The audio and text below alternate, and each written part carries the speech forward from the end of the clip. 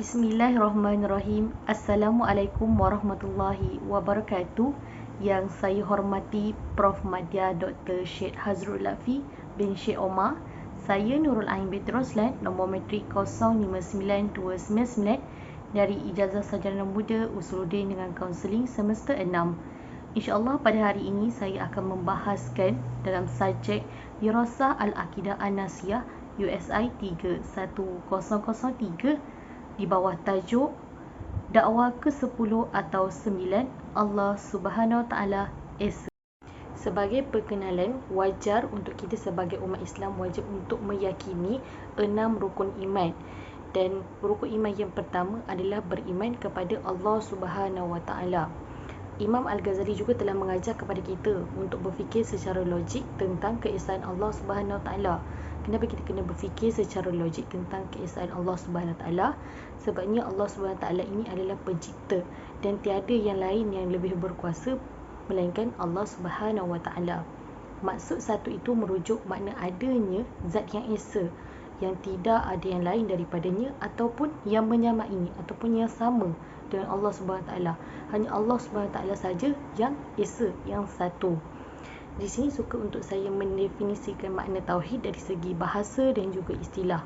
Dari segi bahasa, makna tauhid ini berasal daripada perkataan Arab iaitu wahid yang membawa maksud menyatukan sesuatu, menunjukkan tunggal ataupun tidak memiliki kesamaan dari sesuatu. Dari segi istilah pula, mengesakan Allah terhadap apa sahaja yang khusus baginya. Tauhid Allah ini adalah suatu pengetahuan tentang keesaan Allah Subhanahu Wa Taala seperti ketuhanan. Ia juga tiada tandingan, tiada saingan yang sama dengannya. Sekiranya seseorang itu tidak berkeyakinan dalam mengesakan Allah SWT, maka seseorang itu dikira tidak bertauhid kepada Allah SWT. Seterusnya kita akan masuk ke dalam perbahasan yang dikarang oleh Imam Al-Ghazali dalam kitabnya Iqtisad fil I'tiqad di bawah tajuk Allah SWT Esa, iaitu Allah SWT ini tiada bilangan dan juga tiada pembahagiannya. Kita sedia maklum bahawa setiap yang satu itu ataupun yang tunggal itu yang lebih berkuasa dan lebih sempurna. Jadi keesaan Allah itu bermakna menafikan bilangan yang membolehkan pembahagian atau tidak berlakunya bilangan yang dikatakan ada pembahagian dan pecahan. Yang kedua, zat Allah tidak menerima pembahagian kerana pembahagian itu merujuk kepada perkara sukatan dan juga bilangan. Dan yang ketiga, pembahagian ini akan membawa kepada berlakunya bilangan dengan cara memisahkan sesuatu perkara itu. Apabila adanya satu ataupun tunggal itu, ia tidak boleh dikira sebagai satu bilangan dan ia juga tak ada pembahagiannya. Jadi setiap yang bilangan itu tidak boleh digambarkan pada sesuatu pembahagiannya. Yang kedua adalah berkaitan dengan Allah Subhanahu Wa Taala tiada bandingan dan juga lawannya. Jadi dalam perbahasan ini Imam Ghazali telah menjelaskan bahawa Allah Subhanahu Wa Taala ini tiada bandingan dalam kedudukan sebagai Tuhan. Contoh dekat sini adalah matahari. Kita tahu matahari ini adalah merupakan ciptaan yang Allah jadikan dan boleh menyinari alam ini dengan terang, serta tiada ciptaan selain matahari yang dapat menerangi alam sepertinya. Tiada Tuhan yang lain yang mampu menciptakan seperti apa yang Allah ciptakan matahari. Kekuasaan Allah SWT ini tiada bandingan dengan yang lain. Hanya Allah SWT sahaja yang berkuasa dan sempurna sebagai pencipta di alam ini. Kedua, berkaitan dengan lawan. Allah SWT adalah esa kerana Allah tidak mempunyai tandingan dan lawannya. Jika berlakunya bandingan, akan berlaku perkara yang bertentangan dengan esa Allah dari sudut masa dan tempat. Kita juga sedia maklum bahawa Allah SWT ini tidak ada masa dan juga tidak ada tempat. Setiap yang tiada tandingan akan ada tempatnya. Maksudnya akan ada satu tempat untuk Tuhan dan satu lagi tempat untuk Tuhan, untuk yang menandingi Tuhan. Sedangkan Tuhan tidak mempunyai tempatnya. Jadi dekat sini saya suka untuk berkongsi ada dua situasi. Situasi yang pertama, ada dua perkara hitam yang ada pada tempat yang sama dan juga masa yang sama, tapi akal kita akan mengklasifikasikannya sebagai benda yang satu. Dalam situasi yang kedua, ada dua perkara hitam, satu pada tempat yang sama tapi masa yang berbeza. Jadi akal akan menerimanya sebagai dua benda. Jadi kat sini kita jelas nampak bahawa Allah SWT yang Esa itu, yang satu itu, bila tiada tempat dan juga masanya, ia akan dikira satu. Perihal ketiga pula menyatakan tentang andaian.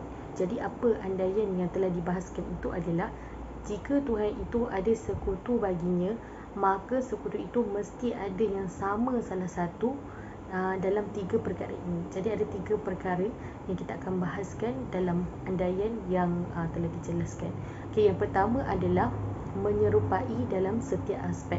Mustahil sekutu itu menyerupai dalam setiap aspek apa yang ada pada Allah Subhanahu Wa Taala. Sebab apa? Setiap perkara yang sama itu tidak dikatakan sebagai dua, tetapi adalah satu. Contoh yang saya boleh bagi adalah seperti yang perkara hitam tadi kan, yang ada dua situasi itu. Jadi saya ada menyatakan situasi pertama, kalau ada dua perkara hitam pada tempat yang sama dan masa yang sama, kita akan terima ia sebagai benda yang satu. Jadi dekat sini menyerupai dalam setiap aspek ini adalah bersanggah sama sekali, sebab Allah SWT tidak menyamai ataupun menyerupai mana-mana Tuhan ataupun sekutu yang lain. Yang kedua adalah Tuhan tidak menyerupai yang lain, seperti saya katakan tadilah. Okey, untuk yang kedua pula adalah mustahil sekutu itu berlainan daripada Tuhan, iaitu sekutu itu lebih tinggi kedudukan dan martabatnya daripada Tuhan itu sendiri. Sekutu ini membawa maksud kepada Tuhan selain daripada Allah Subhanahu Wa Taala lah. Okey, jadi dekat sini martabat kedudukan dan juga kemuliaan yang lebih tinggi hanya ada pada Allah Subhanahu Wa Taala sahaja, dan Tuhan itu merujuk kepada makna satu kuasa yang paling hebat dan sempurna dalam semua kewujudan. Contoh ataupun perkara yang kita telah bahaskan adalah seperti matahari. Kalau kita tahu Allah SWT ciptakan matahari itu untuk menerangi alam, adakah pembuktian ataupun penjelasan Tuhan ataupun sekutu yang lain yang mampu menjadikan matahari itu menerangi alam sekarang? Tak ada kan? Hatta kita tengok bulan sekalipun memerlukan matahari, dan matahari itu telah diciptakan oleh Allah Subhanahu Wa Taala. Allah SWT lebih berkuasa. Bila ada sesuatu yang lebih berkuasa, yang hebat, iaitu dikatakan lebih sempurna. Dan yang ketiga adalah mustahil Tuhan itu lebih rendah, iaitu lemah dari sekutunya. Jadi kat sini perbahasannya, penjelasannya adalah akan mengklasifikasikan bahawa setiap lemah itu mempunyai kekurangan. Kalau kata Allah ataupun Tuhan itu lebih rendah daripada sekutunya, macam mana Allah boleh ciptakan alam ini? Allah boleh ciptakan matahari macam saya katakan tadi. Macam mana Allah boleh ciptakan pokok, boleh bagi kita hidup, bernafas sekarang ni. Jadi kalau adanya kekurangan, mana mungkin Allah SWT itu boleh dikatakan sebagai Tuhan ataupun Allah yang Esa. Jadi kat sini sebenarnya sekutu itulah yang sendiri yang lemah, yang ada kekurangan, sebab tak ada pembuktian yang lebih kukuh yang menjelaskan bahawa mereka lebih berkuasa daripada Allah SWT. Hanya Allah SWT saja yang lebih berkuasa, yang lebih tinggi kedudukan dan juga martabatnya berbanding yang lain. Yang kedua, akal tidak boleh menerima sekiranya ada dua perkara yang sama sifat kesempurnaannya. Jadi ditegaskan di sini sekali lagi bahawa tak ada satu perkara yang boleh menyamai tentang sifat kesempurnaan Allah Subhanahu Wa Taala. Hanya Allah sahaja yang Esa, yang tunggal, yang hanya satu saja. Yang kita tak boleh menyamai mana-mana sifat ataupun sifat kesempurnaan yang lain dengan Allah Subhanahu Wa Taala. Kalau kita menyamai sifat kesempurnaan, kita mengklasifikasikan sebagai Allah SWT ini ada bersifat lemah dan sebagainya, mana mungkin Allah SWT ini menjadi pencipta kepada kita, dan kita sebagai makhluk, Allah SWT juga yang menciptakan kita. Yang ketiga adalah maka terbatal dakwaan Tuhan itu berbilang-bilang. Secara kesimpulannya, segala perbahasan yang kita bincangkan sebelum ini ada termaktub di dalam surah Al-Ikhlas. Jadi saya akan berkongsi berkaitan dengan tafsiran bagi surah Al-Ikhlas. Jadi jelas di dalam surah ini mempunyai dua aspek, iaitu aspek penafian dan juga aspek penetapan ataupun pengisbatan. Jadi penafian di sini adalah ia menafikan pada Allah Subhanahu Taala itu sebarang unsur penyekutuan ataupun berbilang-bilang pada kewujudannya. Allah Subhanahu Taala ini adalah esa dari sudut zat ini dan juga hakikatnya. Jadi macam sebelum ni kita ada menjelaskan juga bahawa Allah SWT ini tidak berbilang dan juga tiada pembahagiannya dan tidak ada yang menyekutukannya. Bagi ayat kedua pula melalui kalimah As-Samad, yang mana kat sini Allah SWT ini adalah sesuatu yang mencukupi, yakni merujuk kepada Allah SWT yang memakbulkan segala permintaan, harapan dan menjawab segala soalan. Yang kedua pula adalah Allah SWT tidak memerlukan apa-apa dan sesiapa, kerana dia berada di atas sekali, tidak ada yang melebihi darinya dari sama ada dari kedudukan ataupun sifat. Yang seterusnya pula adalah Allah SWT yang paling hebat dan juga yang paling sempurna. Yang seterusnya adalah pada ayat ketiga, iaitu menegaskan sini bahawa Allah SWT ini esa dan maha tunggal. Dia tidak melahirkan sesiapa dan Allah SWT ini telah sedia wujud sejak azali. Sifat Allah adalah sempurna dan mutlak dalam semua keadaan.